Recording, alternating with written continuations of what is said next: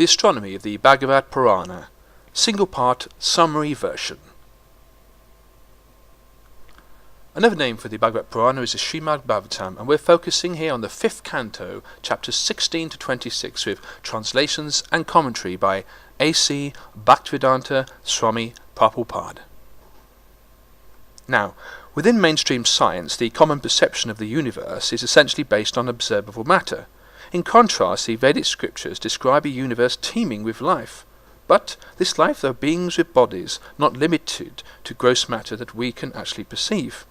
These superior beings of the Puranas see the world around them in quite a different way. For example, they could see a big city in 3 dimensions, in this example, but we may see the same thing in a more limited way, like in, say, 2 dimensions. Now, both views here are true and valid in their own way, but the Bhagavat Purana describes a multi-dimensional worldview of the celestial beings. That brings us on to chapters 16 and 19, description of Jambudvip. Now, Jambudvip is essentially a system, a pattern of various mountains, in the centre of which is this huge conite structure, gold conite structure called Mount Sumeru. These mountains are all on a single island surrounded by an ocean of salt water. Now, these mountains mark perimeters of various heavenly realms which have pious and godlike inhabitants. In the south there is Bharatvarsh, which corresponds with ancient Greater India, or sometimes the whole world itself. Here's a side view of Jambudvip and its various oceans, and here is a topological map of Jambudvip, with the black lines there representing the mountain ranges, and the blue lines being the rivers. More about that later. So where and what is Jambudvip? Well, Sadhaputta Das, alias Dr. Richard Thompson, concludes there are 4 basic models here are represented within this part of the 5th canto. They are links between the earth and the heavenly realms, those huge heavenly realms, the earth plane, and the centre pivot of our solar system. Now, within chapters 16 to 26, there are a number of various facts and figures represented here by red dots. Each red dot is relevant to 2 or 3 of the models. Now, there is some crossing over between those models, where some descriptions are relevant to more than one model.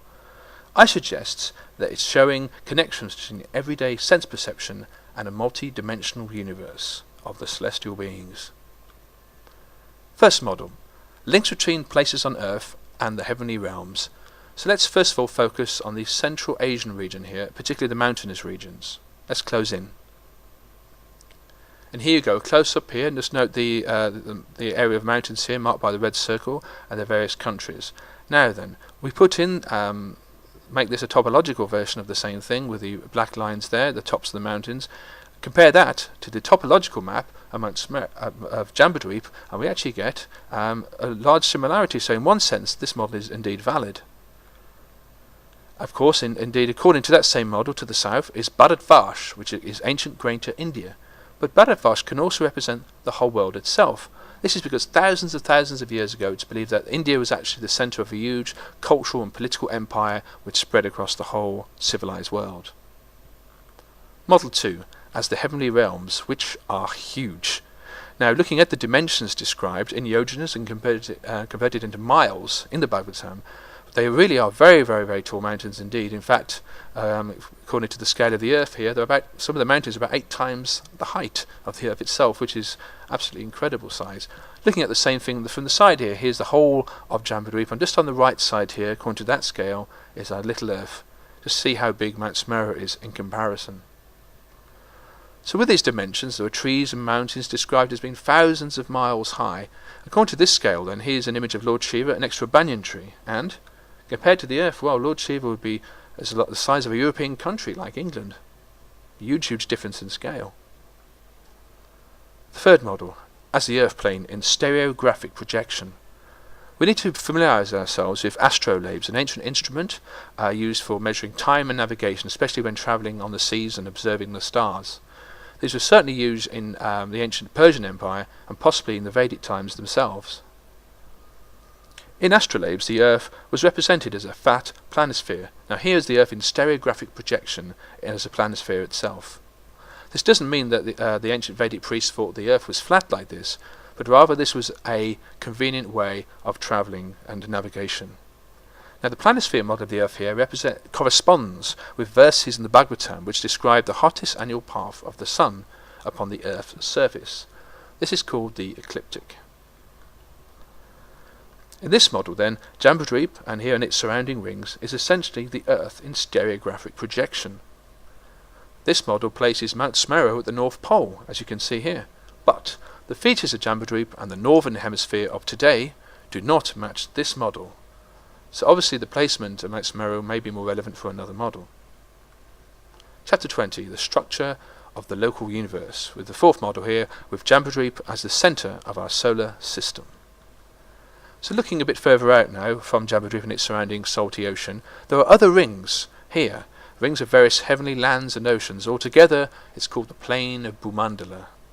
So we'll learn more about that. We're going to look at the top now of Bhumandala here. Right from the top, we can see a series of concentric rings of various oceans and mountains here.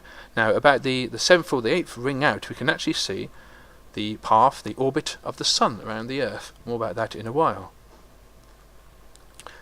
Now, Sadhaputta Das, Dr. Richard Thompson, makes comparisons between the plane of Bhumandala and our familiar solar system. This is particularly when converting distances of these various concentric circles, converting them from the ancient yojana measurement to miles, and we get a huge comparison. The main difference between the Vedic conception is that the Earth is basically put at the centre of the solar system, and indeed the universe itself. This is called geocentric.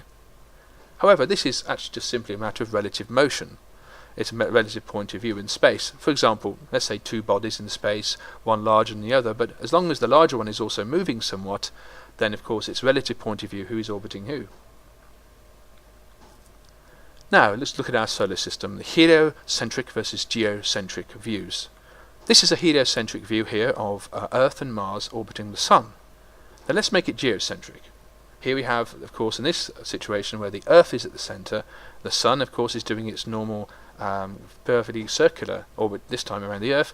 But look what Mars does. Even though Mars is essentially trying to orbit the Sun, actually it's not in this model from the point of view of the Earth. Both views, heliocentric and geocentric, are relatively true in their own way. Now, with this geocentric pattern, with the Earth at the centre, this is the geocentric epicycle path of Mercury, and adding the cycle of the Sun there. This is Venus. We get some lovely patterns here. Geocentric orbit of Mars. Add in all the inner planets here, and you get quite a beautiful pattern actually. Of course, this can take you right out to the geocentric orbit of Jupiter. Now, amazingly enough, looking there at the inner and outer edges of Bhumandala, described here, it corresponds very closely, in fact, with the measurements of the inner planets of the solar system here. And in fact, the same thing carries on and applies to the outer planets of the solar system as well, corresponding with the outer rings of Bhumandala. For example, geocentric orbits of Jupiter, Saturn, and even Uranus. Chapter 20, the structure of the local universe with links to heavenly realms. An interesting character, as prominent king, is Maharaj Priyavrata in the Bhagavatam. It seems his royal descendants occupied heavenly realms accessible from the inner solar system region, as we just learned, and they had various different oceans and mountains. The heavenly regions accessible from this solar system include Plakshadweep and its ocean, Samaladweep and its ocean, Kushadweep and its ocean, Kwaunchadweep and its ocean, Sakadweep and ocean, and Pushkaradweep and its surrounding ocean. Looking at the planet of Kushadweep, it has kusha grass flames that give it a mild and pleasing brightness, aids the nighttime growth of grains. Has an ocean like Gi, a demigod realm, ruled by King Chandra, and elevated souls live there for 10,000 years and enjoy life by drinking somaras. Of course, this looks similar in some ways from the outset to our familiar moon, but of course this is the point of view of the celestial beings who can see things we can't. For example, they indeed see the moon as a place of kusha grass and places of plants and mountains and so forth, and people drinking somaras and having a great time. But from the modern gross point of view, indeed, perhaps the moon really is just grey dust and craters. Significantly enough, perhaps, this dead planet view corresponds quite closely with the Vedic version of the planet of Rahu. planet of Plaxadreep includes a huge Plaxa tree that shines like gold. Residents worship the sun god and follow the four varnas of society, and has an ocean of sugarcane juice. Somali Dreep has a huge Somali tree which is the residence of the divine Garuda. They worship the moon god and has an ocean like liquor. Now, based on the geocentric orbits of Venus, Mars and Mercury, these have relationships with links to Pushkaradweep, Sakadweep and Krontradweep here. And of course they have their various mountains and characteristics of their population and heavenly realms. Now, in the terms of Krontradweep, we understand that the vegetation there was destroyed by Kartikeya, who of course is the god of war in Hindu philosophy. Okay, we've had a look at the inner section of the solar system and Bhumandala. Now let's take it out a bit further to the outer regions. And there you have it. And you can see here the geocentric orbits of looping epicycle orbits of Jupiter, Saturn and Uranus there. Now, as we get outside of the Mars orbit, we get an inhabited region according to the Bhagavatam. This corresponds, of course, with Ceres and the other asteroid belts. Then we get Jupiter and its moons, and close to another one of the concentric orbits of Bhumandala rings, Saturn and its moons. So let's have a closer look here at the orbit, the realm of Jupiter and Saturn. We're closing in now. We're going to close into Jupiter and have a look at this realm known as the Golden Lands. So here we are, close now to the plane of Bhumandala, looking at Jupiter and Saturn. This area here is known as the Golden Reflective Lands, not habitable for humans.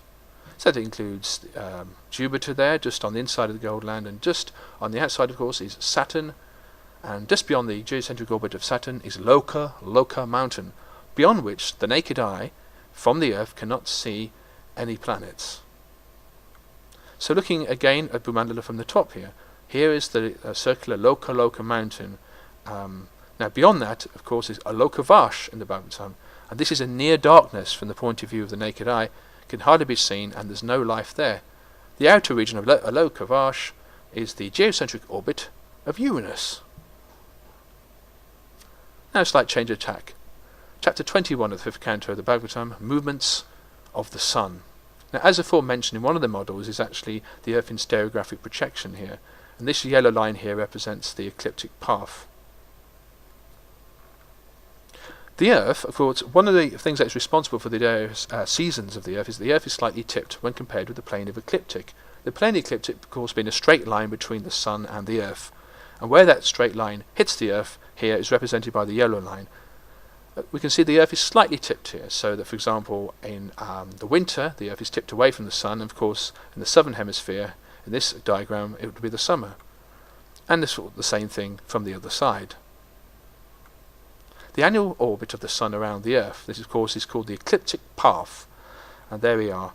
This is of course the course of a year, and this is also corresponding with the flat plane of Bhumandala as described earlier. Looking at, of course, other rings, not only just the orbit of the Sun here, but various other rings, we get to the fact that demigods maintain order daily and annually within the boundary of Masanatara.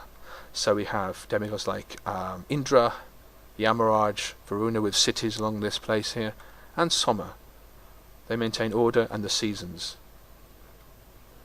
And the kind of the annual orbit of the Sun here around the Earth is represented here by a huge chariot wheel, representing the seasons throughout the year.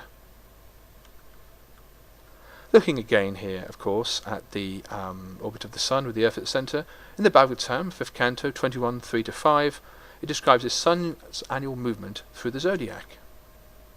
This includes duration of the day increases, and of course it declines, the longest night, the shortest day throughout the year here, and of course tracing out the sun signs of the zodiac throughout the year. Chapter 22, the orbits of the planets, the vertical dimension. Again, looking here at the Bhumandala here, just slightly more from the side again. Now, interesting enough, as before, we throw in a few planets there for good measure, of course. We made a link, didn't we, between the Bhumandala, of course, here, and there's another link here with another model. This is the astrolabe. Now, in the Sun's orbit of the astrolabe, which is described here, there's a slight height above the bottom of the astrolabe, which represents the flat Earth. This again noticed that even in the vertical dimension, the Sun is just slightly above the plane of Brahmandala here. This introduces us to the concept of the vertical dimension. Now, even though looking at the physical side, according to, of course, the solar system dimension, perhaps the distance between the Earth and the Sun is about 100 million miles, and yet the Sun is not exactly precisely on the plane of Brahmanda, but very, very slightly above. And this is actually just 0.8 million miles. Now then, let's try to understand this a bit more. We add in the Moon. In this situation, the Moon is physically, you could say, very, very near to the Earth when compared with the Sun, but its orbit actually ends up being higher than the Sun when compared with the plane of Brahmandala. The Sun is bound to be close to the plane of Brahmandala because it's based on the ecliptic path. So this is not dealing here with physical distances. When we talk about the heights of the planets, it's how much the planet orbits away from the plane of Brahmandala. The vertical dimension of subtle space travel. So here's the Earth again here, and tracing out the divine region, as mentioned before, in the area of Central Asia. Now, celestial beings, empowered holy people, can see perhaps the huge mountains of Jambudvipa, as you saw. So they're connected to the Earth, but are not of the Earth because they're much too large. Now, let's back off a bit here, and we can see, of course, the huge place of Jambudvipa and Mount Semeru here, and there's the little Earth there to the right. Now, the understanding is we go inside the Earth and we go down, we can access the lower planets. However, if we travel up the direction of, pointed out by Mount Semeru here, this is the path of the demigods, which, if you take that path, can lead you to the Sun before, or the Sun rays, before actually getting to the Moon. So sometimes people say, well, according to the Vedas, the Moon is nearer than the Sun. Actually, what it's saying is the Moon is higher than the Sun when compared with the plane of Brahmandala. But this vertical dimension is relevant in subtle space travel. Of course, as you go past the Moon, the various other planets are there as well with their heights. Taking that about a bit further, including other planets of the inner solar system here, Venus, its height, Mercury's height, and Mars' height. Note this doesn't contradict modern astronomy. If we take it a bit further here to accommodate Jupiter here, we can say that all the planets have their various heights above the plane of Brahmandala. But notice they're all, compared with the overall size of Brahmandala, they're very relatively close here. Looking at it from the side here, just to get a general idea, we can see actually we're introduced to the Garbhodaka Ocean, which lies underneath. There's a bit of a gap there between the Earth level and Garbhodaka Ocean there. This, of course, is where, if planets fall into this, then they are essentially at their embryonic stage where life cannot exist very easily. Now, underneath, between the plane of Brahmandala and the Garbhodaka Ocean, is an area called the lower planets. There they are. And above, having a look now, past the height of Jupiter and Saturn, we get other planets, we get other stars rather. We're adding in there Loka Mountain, which we cannot see past, nor can we see the lower planets from the point of view of the Earth with the naked eye. We reach the 7 sages, sometimes known as the Plough, and throw in a few more stars for good measure, and eventually we get to Dhruvaloka, which corresponds roughly with the pole star. Now, between Mount Semeru and the pole star, or Dhruvaloka, we get the area known as Bhuvaloka, residence of advanced humans, Gandharvas and so forth. Chapter 23, the Shishamara planetary systems. Now, imagine you're actually on the Earth now and you're looking up towards the pole star. What would you see? Let's say here's some various star constellation here, with the pole star, Dhruvaloka, represented in red. Now, of course, throughout any given night, of course, we would see that all the stars revolve around the pole star. Now then, in this chapter, we understand that there's a constellation here, known as the Shishamara, the Dolphin constellation. This was most visible around 790 BC to about 1000 AD. Chapter 17, Descent of the Ganges. Here, of course, you can see Lord Vamanadev piercing the top of the universe here with his transcendental foot, from which the Ganges, the transcendental spiritual water called the Ganges, flows out into this mundane universe, and it makes its way to the Earth in the following way. Again, familiarising ourselves here, of course, with the vertical dimension as described earlier. So first of all, the Ganges, of course, goes by the pole star, Dhruvaloka, past the Big Dipper, or the 7 sages, and it makes its way to the Moon in various celestial spaceships and vimanas. And from the moon, it makes its way to basically the top of Mount Semeru. Let's learn more about that. So here's the Ganges here going onto the top of Mount Semeru. We can see there's various cities and so forth on there. We'll close in on that. Now in the centre here of the top of Mount Semeru, there's Lord Brahma's township residence, surrounded by the various cities of the demigods, Yamaraj, Soma, and so forth, Indra. The Ganges splits into 4. One of those, of course, goes all the way down the side of Mount Semeru until it reaches the head of Lord Shiva. Lord Shiva blocks that impact, otherwise the earth itself and other realms will be destroyed. And there's Lord Shiva there receiving the Ganges water, and at this point, when it reaches the Himalayan mountains on the earth, it becomes visible to our eyes in gross matter form. Or it's actually not actually gross matter. The Ganges is in fact a highly spiritualized place, and millions of people in India, even today of course, bathe in the river to cleanse their sins, and it has a purifying effect. Chapter 22, The Orbits of the Planets, Part 2, The Vertical Dimension. Reminding ourselves here of looking at the universe, if you like, from the side, the vertical dimension with the Earth, the solar system there, the various stars including the 7 sages, or the Big Dipper, and the red dot there representing the transcendental pole star. We're going to take this much higher up now, of course, including all the different stars and planets and heavenly realms and so forth, right to the top here of the known universe in the Vedas. Now to give us an idea of scale here, the Earth would be about here, and the pole star we were learning about earlier about here. So we're looking far beyond the pole star now. Throwing the locomotive for good measure, for which we can't see past, nor can we see underneath the lower planets. The sun's rays here, it's depicted here with a bit of yellow light, enables us to see all the other stars in the sky. Looking now at the whole of the inner universe from the side here, we can see underneath just the bottom half of it is actually just the Garbhodaka ocean, the embryonic stages of planets. Then we can see here the various layers, different planetary systems here. And within those realms there are 400,000 different humanoid species, including humans and demigods.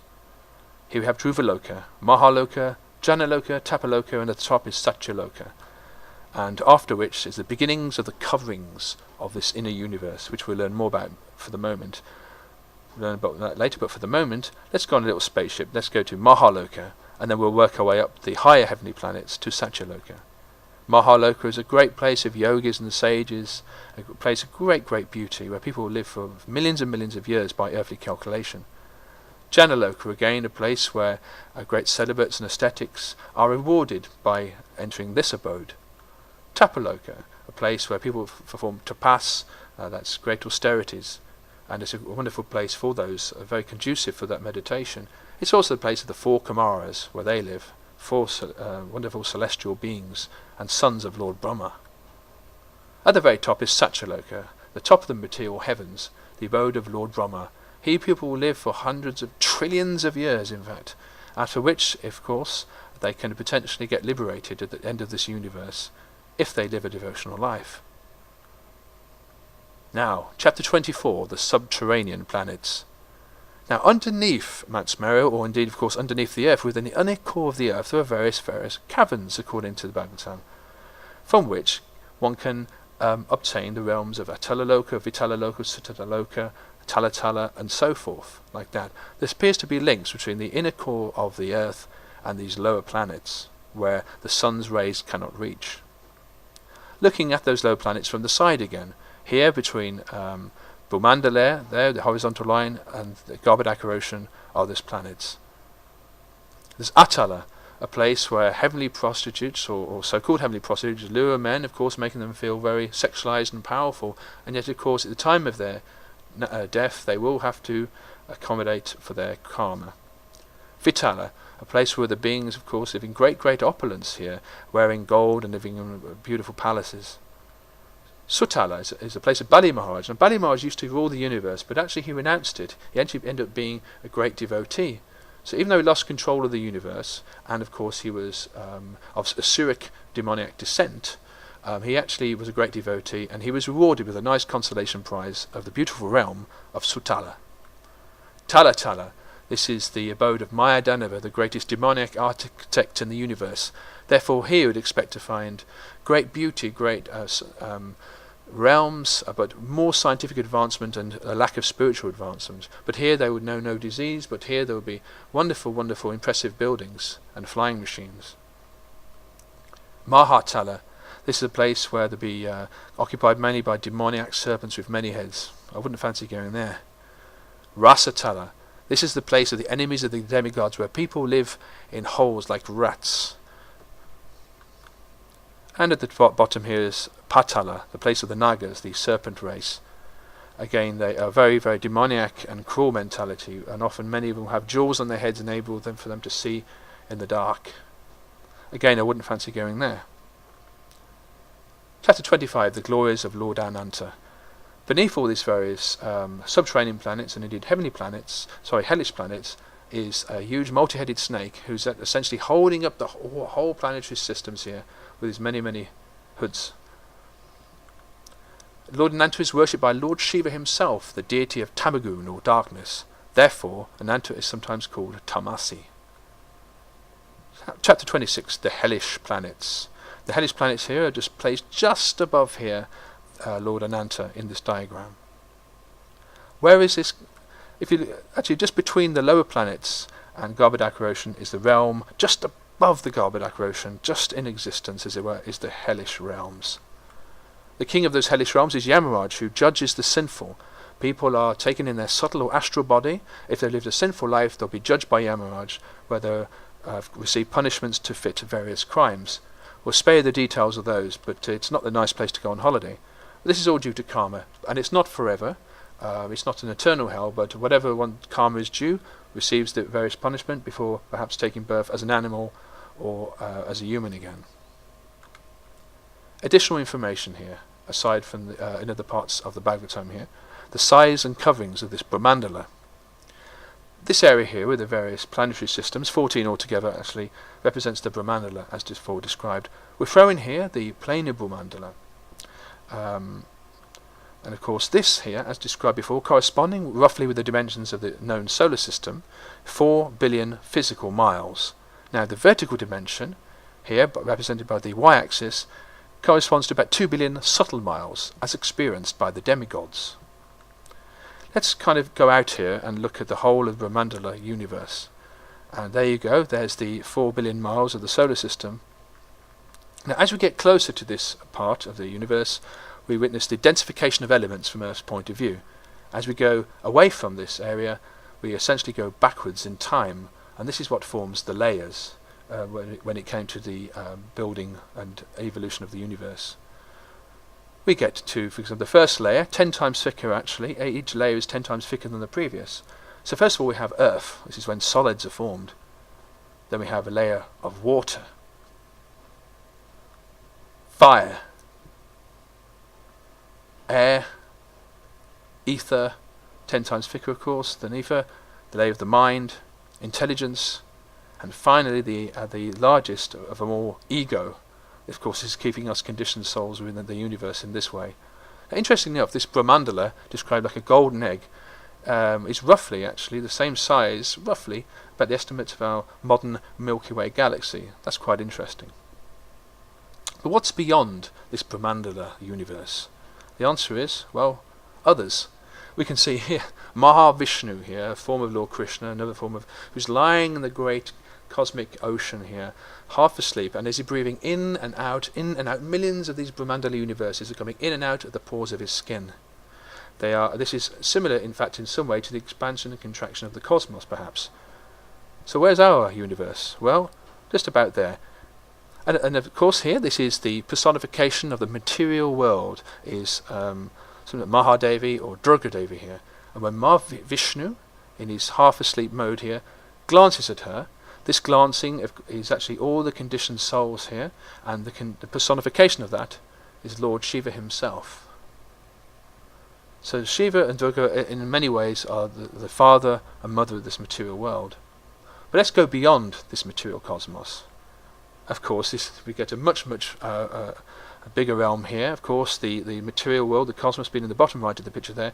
And we can see here this bluish region here called the Vaikuntha planets, which stretches for eternity. And there are many, many planets, spiritual planets, which have no beginning and no end. They are eternal abodes. Of course, the main planet is Goloka Vrindavan. So let's explore these realms. First of all, let's go just between here. Let's go into the effulgence. Let's look at the effulgence now, the white effulgence of Goloka Vrindavan, outside the material universe, but not far outside. And there it is. We call this the Brahmajyoti, the impersonal Brahman, a place of relative liberation, but where no form or variety is experienced. So one may be free from anxiety, but given that we're used to relationships and experience and form, we may not last here forever, and it's not entirely satisfactory. We may go back down again to the material world. What about here, the Vaikuntha planets? Let's have a look here. And in this place, the Lord, in the form of Lord's Narayan form, is worshipped in great awe and reverence. A great kingly ras, a kingly relationship is gone here, where people live in great opulence with palaces, and then the males have forearms and so forth. But ultimately, this sense of kingly awe and reverence is observed here. But is there something more than that? Can we have a closer relationship with God even than that? And the answer is yes, we can. And that's experienced here in the inner realm of Goloka Vrindavan, the original and most powerful planet of all. And inside here we see Krishna, his two-arm bended form here, surrounded by the gopis. This, of course, is the Goloka Vrindavan. This is the origin of all. The relationship between Krishna and his favourite gopi Radharani is the original relationship of all between male and female. This is a place full of eternity, knowledge, and bliss, and the origin of everything. Krishna is the Supreme Personality Godhead, and one without a second. And we have a simultaneous oneness and difference between him and his identity. Our constitutional position is to serve Lord Krishna, and our goal is to enter this eternal abode full of bliss, Goloka Vrindavan. Hare Krishna, Krishna Krishna, Hare Hare, Hare Rama, Rama Rama, Hare Hare. Thank you. I hope you enjoyed this presentation.